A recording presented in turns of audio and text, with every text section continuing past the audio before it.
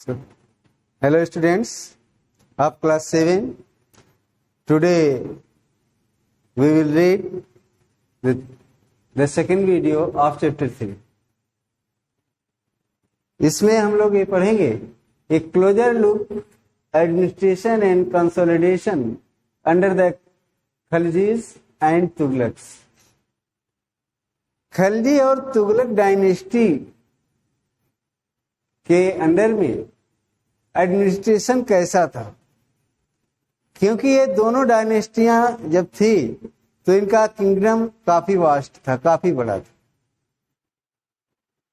तो चूंकि kingdom vast था, इसलिए इसको संभालने के लिए, इसके कंसोलिडेशन के लिए काफी विश्वसनीय गवर्नर चाहिए थे। जो एडमिनिस्ट्रेटर थे होने चाहिए थे वो काफी रिलायबल होने चाहिए थे। तो क्या हुआ कि जब तक इल्तुतमिश था, इल्तुतमिश के शासनकाल तक, जब तक इल्तुतमिश ने शासन किया, तब तक उसने किसी विशेष को नहीं, उसने किसी विशेष को मिलिट्री सर्विस में इन सब के लिए नहीं अपॉइंट किया।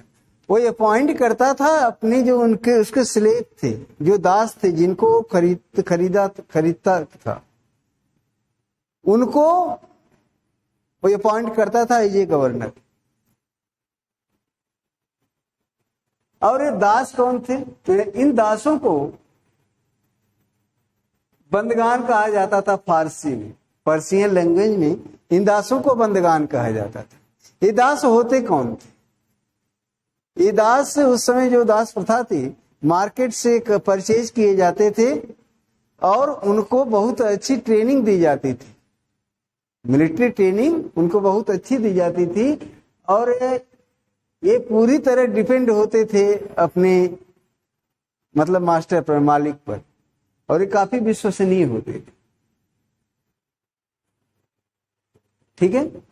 तो सुल्तान, इसलिए ये जो सुल्तान थे टोटली क्या दे रहा है, since they were totally dependent upon their master, Sultan could trust and rely upon them.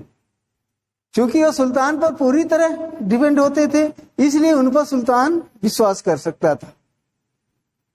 ठीक है।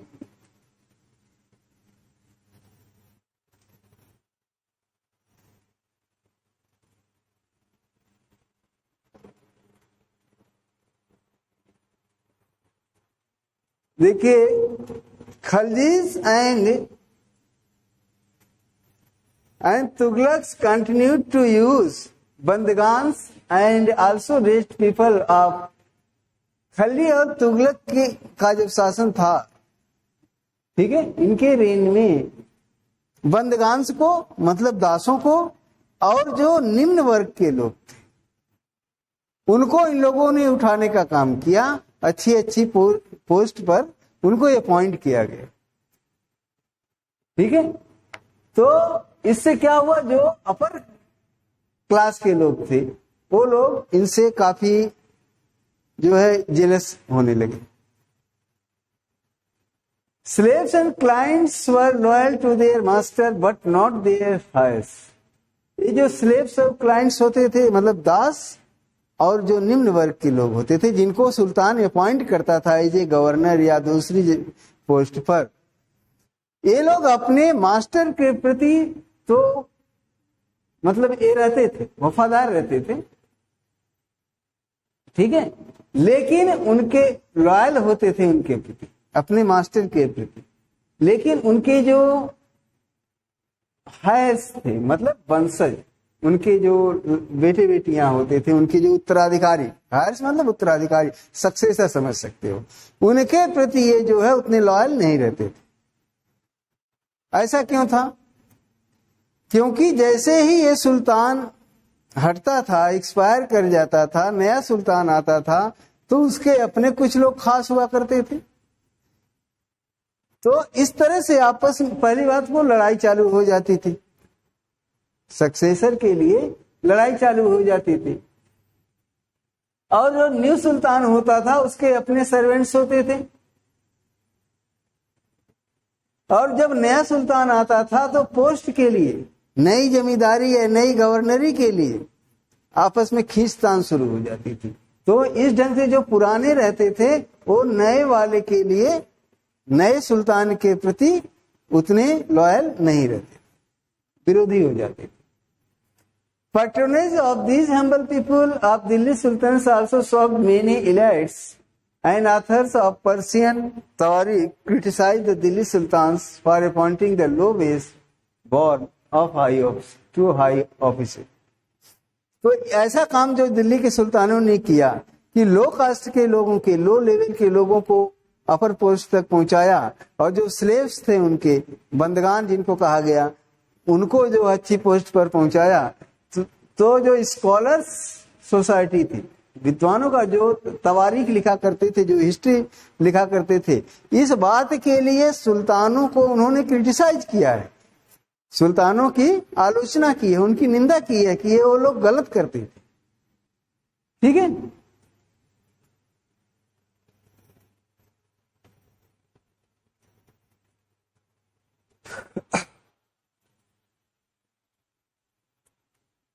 Like the earlier sultans, the Khalji and Tughlaq monarchs appointed military commanders as governors of territories of varying size. These lands were called Iqta and their holders were called Iqtadar. जैसे earlier सुल्तान थे, शुरू के मतलब जो जिसको गुलाम dynasty कहते हो, ठीक है, जिसको अर्लियर सुल्तान कहते हो, अर्लियर तुर्क, तो उन्हीं की तरह ये खलजी और तुगलक भी मिलिट्री कमांडर्स को अलग अलग साइज के जो उनके मतलब ये थे, क्या कहा जाता था, टेरिटरीज, अलग अलग साइज के जो टेरिटरीज थे, ठीक है, टेरिटरीज ऑफ वेरिंग साइज, उनका कमांडर इन मिलिट्री कमांडर्स को अपॉइंट किया। तो इनको जो अपॉइंट होते थे जिस लैंड पर, उस लैंड को कहा जाता था इक्ता।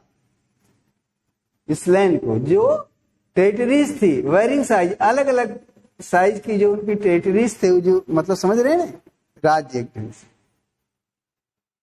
उसकी लैंड्स को, दीज लैंड्स, उसकी लैंड को कहा जाता था इक्ता, और इस लैंड पर जो अपॉइंट होता था उसको कहा जाता था इक्तादार। ठीक है, अब ये जो इक्तादार थे, इनका काम क्या था? इक्तादारों का काम था कि जैसे जब कोई मिलिट्री ऑपरेशंस होता था तो सुल्तान के अंडर में ये लोग अपनी मिलिट्री लेकर के, अपनी फोर्स लेकर के उसकी लीडरशिप करते थे, अगुवाई करते थे। और जब कोई फाइट नहीं हो रही है उस समय ये रेवेन्यू कलेक्ट करके, अपने एरिया से रेवेन्यू कलेक्ट करके और सुल्तान को देना इनका काम था। और वो जो इस लैंड इनको, टेरिटरी इनको दी गई है, वहां पर लॉ एंड ऑर्डर मेंटेन करना। ठीक है, ये काम थे। कौन कौन से काम हुए? मिलिट्री ऑपरेशंस में सुल्तान के साथ जाना, अपने फोर्स की लीडरशिप करना, लॉ एंड ऑर्डर मेंटेन करना उस टेरिटरी की, और उस अपनी टेरिटरी से रेवेन्यू कलेक्ट करके और यहां मतलब सेंट्रल तक पहुंचाना, और उसी रेवेन्यू से ये अपने सोल्जर्स को ये भी देते थे, मतलब सैलरी भी देते थे। और देखिए, इनको तो मतलब इक्तादार कहा ही जाता था और मुक्ति भी कहा जाता था। तो इनको कंट्रोल कैसे किया सुल्तानों ने? सुल्तानों कंट्रोल ऐसे किया कि इनको हायरार्चियल, मतलब एक जो जिसको मतलब कमांडर बना दिया जाता था, इक्तादार बना दिया जाता था। तो ये पहली बात किया कि इक्तादार का जो लड़का है वो इक्तादार नहीं बनेगा।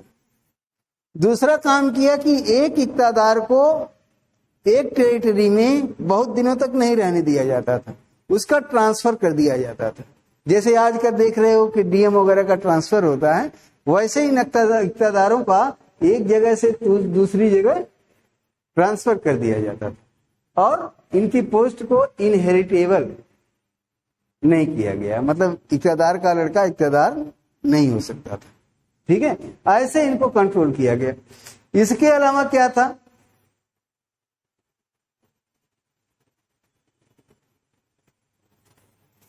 बता रहे हैं,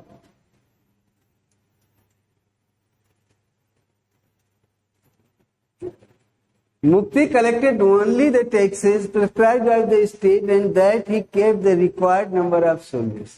दूसरा काम था कि जितना सेंट्रल सुल्तान जितना उनको कहता था वो उतने ही सोल्जर अपने पास रख सकते थे, उससे ज्यादा सोल्जर नहीं रख सकते थे, क्योंकि सुल्तान को भी डर रहता था कि अगर वो बहुत ज्यादा सोल्जर रख लेगा तो कभी न कभी हमारा जो किंगडम है उसके लिए मुसीबत बन जाएगा, प्रॉब्लम क्रिएट कर देगा। ठीक है,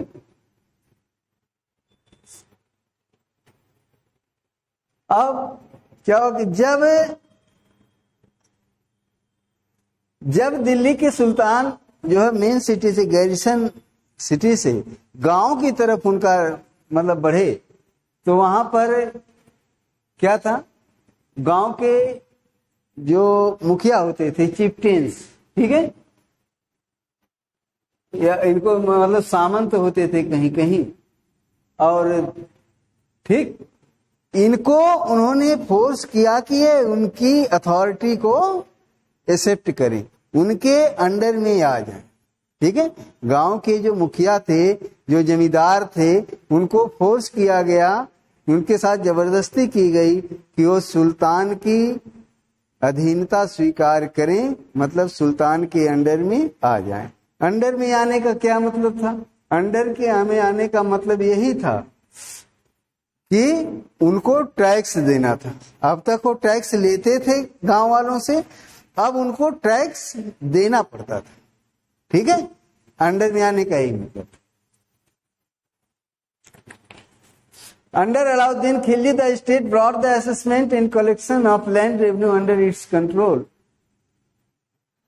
The rights of local chieftains to levy taxes were concealed and they were also forced to pay taxes. देखिए जो बताए हैं वही है कि उनको टैक्स लेने का की जो राइट थी उनसे छीन ली गई और उनको अब टैक्स पे ही हो गए। ठीक है, अब इसके लिए क्या किया कि सुल्तान के जो एडमिनिस्ट्रेटर्स थे उन्होंने लैंड को मेजर किया, भूमि की माप की, जमीन की माप की, माप करके और जमीन की जो लैंड थी उसके बेस पर टैक्स जो है फिक्स कर दिया कि इतना टैक्स इस लैंड से लगेगा, इस गांव से इतना टैक्स लगेगा।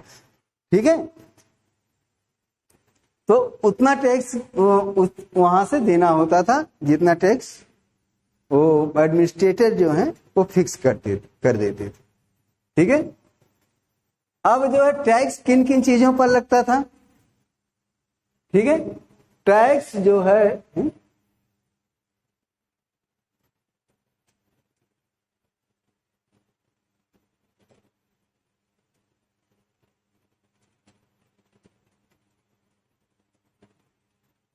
टैक्स जो है लगता था 3 चीजों पर।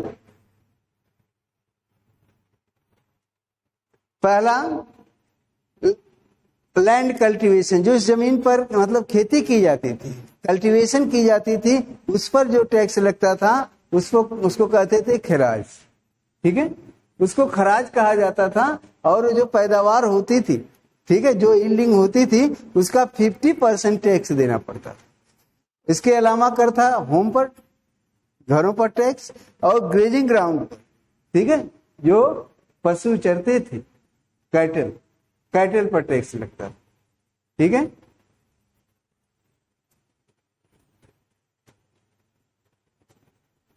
अब एक बात ध्यान देने की है कि इस किंगडम का, इस सब कॉन्टिनेंट का बहुत बड़ा भाग था जो सुल्तान के कंट्रोल से बाहर था। ठीक है, जो दिल्ली में सुल्तान बैठते थे, दिल्ली तो उनकी कैपिटल थी सुल्तान की, उनके कंट्रोल से बाहर बहुत बड़ा वास्ट एरिया जो है इस सब कॉन्टिनेंट का था। सब कॉन्टिनेंट मतलब इंडिया, इंडिया इज ए सब कॉन्टिनेंट।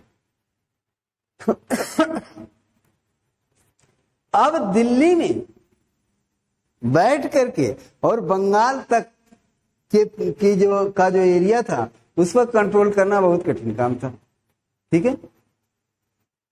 और इसके बाद इन्होंने क्या किया कि साउथ इंडिया पर भी कब्जा कर लिया था। साउथ इंडिया का पार्ट भी इनके अंडर में था। और इस तरह से जैसे ये कब्जा करते थे उसी तरह से जो बाहरी इलाके थे लड़ाई किए, उसको अपने अंडर में किया, वहां से चल दिया दिल्ली की ओर। तब तक वहां पर पता चला रिबेल हो गया, विद्रोह हो गया और वो एरिया स्वतंत्र हो गई, इंडिपेंडेंट हो गई। ठीक है। तो क्या हुआ कि even in Gangetic plain there were forested area. Gangetic plain जो इधर का यूपी का एरिया है, गंगा का मैदान, ये इस एरिया में बहुत डेंस फॉरेस्ट थे। इतने डेंस फॉरेस्ट थे कि इस सुल्तान की जो आर्मी थी उसमें हलने से डरती, उस मतलब उसको में जाने से डरती थी। और जो रिवेलियन रहते थे वहीं पर जाके छिप जाते थे। ठीक। जो लोकल चिफ्टेंस थे, मुखिया थे, वहीं यहीं पर उनका जो है अड्डा हो जाता था। ठीक है। Some rulers like Alauddin Khilji and Muhammad Tughlaq forced their control in these areas, but not only for a short duration. But only for a short duration. ये तुगलक, मोहम्मद बिन तुगलक और ये अलाउद्दीन खिलजी, इन्होंने तो चाहा कि हम ये जो चिफ्टेंस हैं, जो मुखिया यहाँ पर जंगली इलाकों में अपना रूल चला रहे हैं, ठीक है, वहां पर हम जा करके उनको अपने कंट्रोल में लें। ये लोग ऐसा किए भी, लेकिन बहुत थोड़े समय के लिए ऐसा कर पाए, लॉन्ग ड्यूरेशन के लिए ऐसा नहीं हो सकता। ठीक है। Mongol under the Genghis Khan invaded Transiana in the north, Iran in 1219, and Delhi Sultanate forced their onslaught. Soon after, Mongol attacks on Delhi Sultanate increased during the अब देखिए, गंगेज खान के ने जो है जो ट्रांसैक्सियाना का था, उसने यहाँ पर ईरान में 1219 में जो है अटैक किया। ठीक है, 1219 में अटैक किया। 1219 में अटैक किया। उसके बाद उसने दिल्ली सल्तनत की ओर रुख कर दिया कि चलें इधर भी अटैक करो। यहां पर अटैक किया तो, लेकिन मंगोलों का अटैक जो है दिल्ली सल्तनत पर अलाउद्दीन खिलजी के समय में बहुत ज्यादा हुआ। ठीक है, और मोहम्मद तुगलक ने जब मतलब रेन स्टार्ट किया उस समय को, मतलब early times of Mohammad Tughlaq और अलाउद्दीन खिलजी के समय में तो पूरा हुआ ही बहुत ज्यादा। अब क्या किया, अब मंगोल अटैक क्योंकि होने लगे तो अलाउद्दीन खिलजी ने बहुत बड़ी आर्मी जो है स्टैंड कर ली मंगोलों के अटैक को फेस करने के लिए। मंगोल आक्रमण का सामना करने के लिए अलाउद्दीन खिलजी ने एक बहुत बड़ी आर्मी जो है क्रिएट की। ठीक है,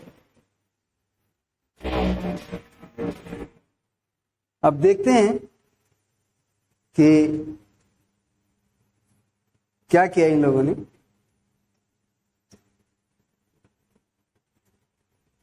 ठीक है, नेक्स्ट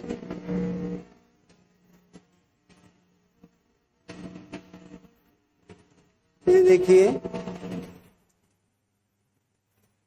यहां पर ये बताया गया है कि अलाउद्दीन के समय में दिल्ली पर अटैक 2 बार हुआ, 1219 और 1300 में, 1302 और 3। और इसको देखते हुए अपने बचाव के लिए अलाउद्दीन ने बहुत बड़ी आर्मी जो है स्टेब्लिश की। सल्तनत was attack early, Mohammad Tughlaq के शासनकाल में, उसके रेन में भी अटैक हुआ अर्ली ईयर्स में, और इन्होंने भी काफी बड़ी आर्मी अटैक की, और इतना बड़ी आर्मी जो है इसने क्रिएट कर ली मोहम्मद तुगलक ने, ये तो तैयार हो गया ट्रांसआक्सियाना पर अटैक करने के लिए। इसको अपनी आर्मी पर इतना ज्यादा विश्वास है। फिर Alauddin constructed a new garrison town name. अब देखिए मंगोलों के अटैक के डिफेंस में अलाउद्दीन खिलजी ने गैरिसन टाउन एक बनाया जिसका नाम सिरी था, ठीक है। और इन्होंने क्या किया, इन्होंने भी एक नया गैरिसन सिटी बनाया, दिल्ली ए कोहना। और दिल्ली ए कोहना जो था, जो पुरानी दिल्ली थी, वहां से सारे सिटीजन्स को निकाल करके तब दिल्ली कोहना बनाया। और इन जो सिटीजन्स को निकाला, इन्हीं को उठा करके दौलताबाद भेज दिया, क्योंकि नई कैपिटल उसने दौलताबाद बनाई, ठीक है। अब समस्या थी अलाउद्दीन खिलजी के सामने कि इतनी बड़ी सेना को खिलाया कैसे जाए, ठीक है। और डर ये था कि जो बिजनेसमैन है वो जो है बढ़ा देंगे, ग्रेन्स का दाम वो बढ़ा देंगे, तो उसने फिक्स कर दिया, हर चीज का फिक्स कर दिया, उसका हर चीज का दाम फिक्स कर दिया। और जो प्रोडक्शन होता था ग्रेन्स का, और 50% उसका ग्रेन से ही लेने लगा, अनाज लेने लगा टैक्स के रूप में, तो कैसा नहीं लेंगे, ठीक है।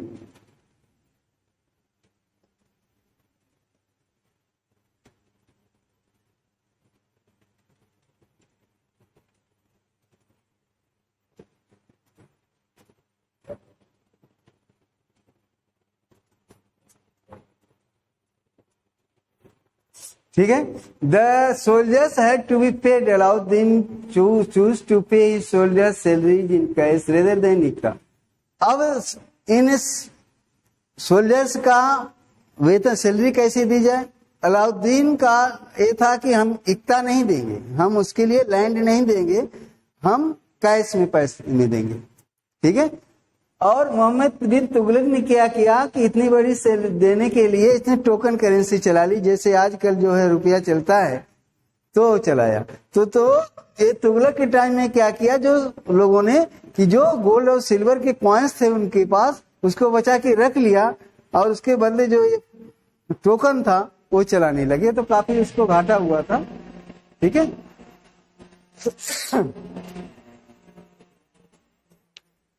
नेक्स्ट आगे देखिए,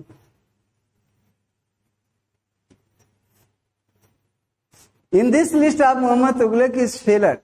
इस तरह से मोहम्मद तुगलक की जो प्रोग्राम था ट्रांसआक्सियाना पर अटैक का, वो भी फेल हो गया, उसकी जो भी प्लानिंग थी सबकी सब फेल हो गई।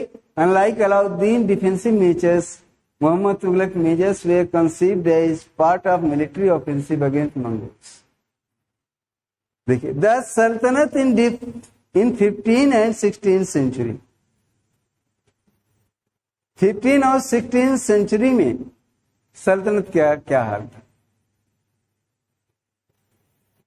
कि देखिए, after Tughlaq the Syed and Lodhi dynasty ruled from Delhi and Agra until 1526. By then, Jaunpur, Bengal, Malwa, Gujarat, Rajasthan and the entire South India had independent rulers who established flourishing states and prosperous capital. This was also the period which saw the emergence of new ruling groups like Afghans and Rajputs. अब तुगलक और Khalji dynasty के बाद ये सैयद और Lodhi dynasty जो है, इन्होंने दिल्ली और आगरा से को कैपिटल इधर बना करके और 1526 तक जो है शासन किया। और जो तमाम जो स्टेट दिए गए हैं, जौनपुर, बंगाल, मालवा, गुजरात, राजस्थान, ये सब काफी प्रोस्पेरस थे, काफी संपन्न जो है टेरिटरी, ठीक है, और इंडिपेंडेंट। और पूरा इंटायर साउथ जो इंडिया जो था, वो इंडिपेंडेंट रूलर्स यहाँ थे। इससे जो क्या हुआ इस समय नए नए ग्रुप्स अफगान और राजपूत आए शासन करने के लिए, इन्हीं राज्यों में से उभरे। ठीक है, ये जो थे ये अफगान और राजपूत जो है इस सेंचुरी में, इनके बाद मतलब तुगलक के बाद, तुगलक डायनेस्टी के बाद ये सब जो है आए। Some of the states established in this period were small but powerful and extremely well administrated. अब ये जो स्टेट थे छोटे थे लेकिन बहुत पावरफुल थे। जैसे शेरशाह सूरी का नाम आपने सुना होगा, शेरशाह सूर का है, वो जो है एक अपने जो उसके अंकल थे बिहार में एक छोटी सी रियासत का, ठीक है, स्मॉल टेरिटरी का, वो जो है स्मॉल टेरिटरी का की देखभाल करता था। और उसने आगे चल करके मुगल एम्परर हुमायूं के लिए काफी मुसीबत खड़ी कर ली है, यहाँ तक कि इस इंडिया का एम्परर भी बन गया, बादशाह बन गया। ठीक है, तो ये जो छोटी छोटी टेरिटरियां थी ये काफी पावरफुल हो गई।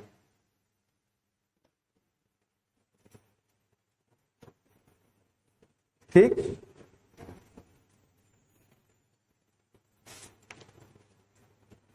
Sher Shah captured Delhi and established his own dynasty, although Suri dynasty ruled for only 15 years.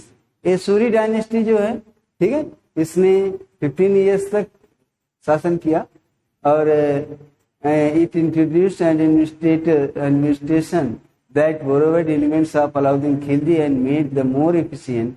Sher Shah administration became the model followed by great emperor. इस समझिए कि कितना इसने अपना शासन जो चलाया, कुछ चीजें इसने अलाउद्दीन खिलजी से ली, इसने मतलब शेरशाह सूर ने, कि इतना जो है एफिशिएंट था इसका शासन कि इसकी नकल जाकर के अकबर ने की। मुगल एम्परर अकबर जब आया है उसने शेरशाह सूर के कई चीजें अपने किंगडम में लागू की। ठीक है, The three order, the peace of God, knights and clears. ठीक है, chapter is over. Next video we will see again in the new with new chapter. It's okay.